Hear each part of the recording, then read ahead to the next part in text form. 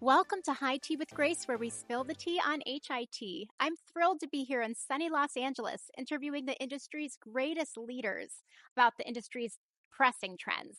So tell me, who are you and what do you do? I'm Brian Robertson, the founder and CEO of VisiQuate.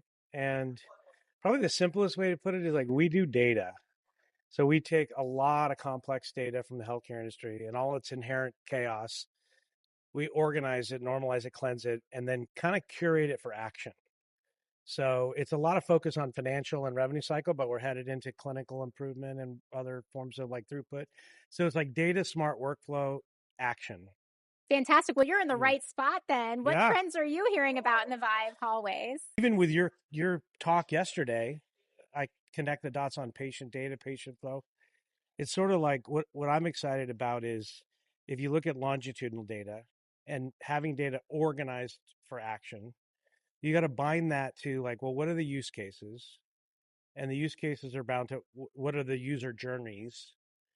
So there's been so much great work doing all that. If patient engagement of various natures, workflow design, now it's like connecting the data to the use cases and seeing where the gaps are.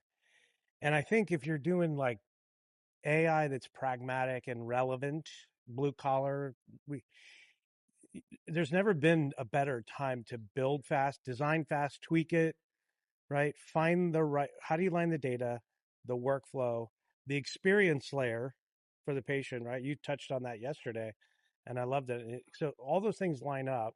And then what are they about? It's about outcomes. How are we going to drive advanced outcomes in top line growth, patient safety, reimbursement, everything, right? Social determinants, everything can be measured now. There's kind of no more excuses if you're doing AI properly. You can measure, build, design everything and be in that constant improvement loop. So true. So true. I'm hearing Yeah. that as well. Yeah. Women's health is a big topic Yep. right now. Everybody's talking about care and research in the space. How is it kind of hitting you? And when you think about this topic, how does Yeah. it impact you? Yeah. Well, again, interestingly enough, like I'm going to tie it back to data because that's the way my brain works and the way our company works. So if we think about data and we take like women's care, women's health issues, and I have two daughters, one of them's a nurse.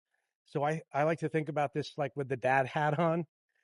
So like from prenatal all the way to when they're helping coordinate care at the end of life for their loved ones and everything in between, wellness and like you see these things where women are really proactive in their own health, including the consumer side of it. So again, connected a little bit what you guys talked about yesterday, the ability to take your own data and so add it to the longitudinal array and then say like, all right, how do we line up what we're trying to achieve with all these things? So what's the engagement for women's health? What's the experience? How do we provide better access, better reimbursement? Like, how do we meet women where they are in their, more complicated care journeys, right? And they're leaning in more, so that's good. And I think it just keeps that recursive. Now we can go from ideating to like doing.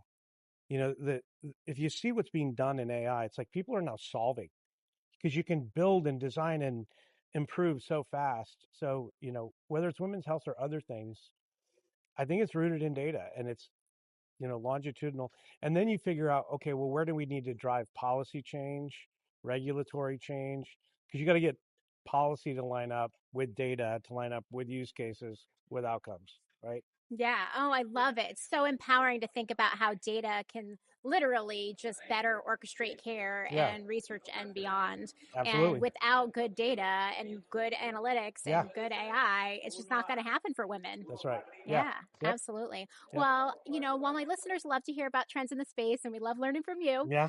they also love to learn from leaders about what drives them. Yeah. If you could give your younger self a piece of advice, what would you tell him? Go big. It's kind of like the go big or go home thing, especially in our industry. Like, there's never been a better time to go big or go home, right? It's be bold. And I would say, like, if I self reflect at times in my career where it's easier to be risk averse, right? So, like, I think we need, bold leaders right now taking on big things, placing some bets, and like so it's also like follow your instincts. You know, if I had my time machine, I'd go back and follow my instincts and go a little bigger and not let the risk voices take over.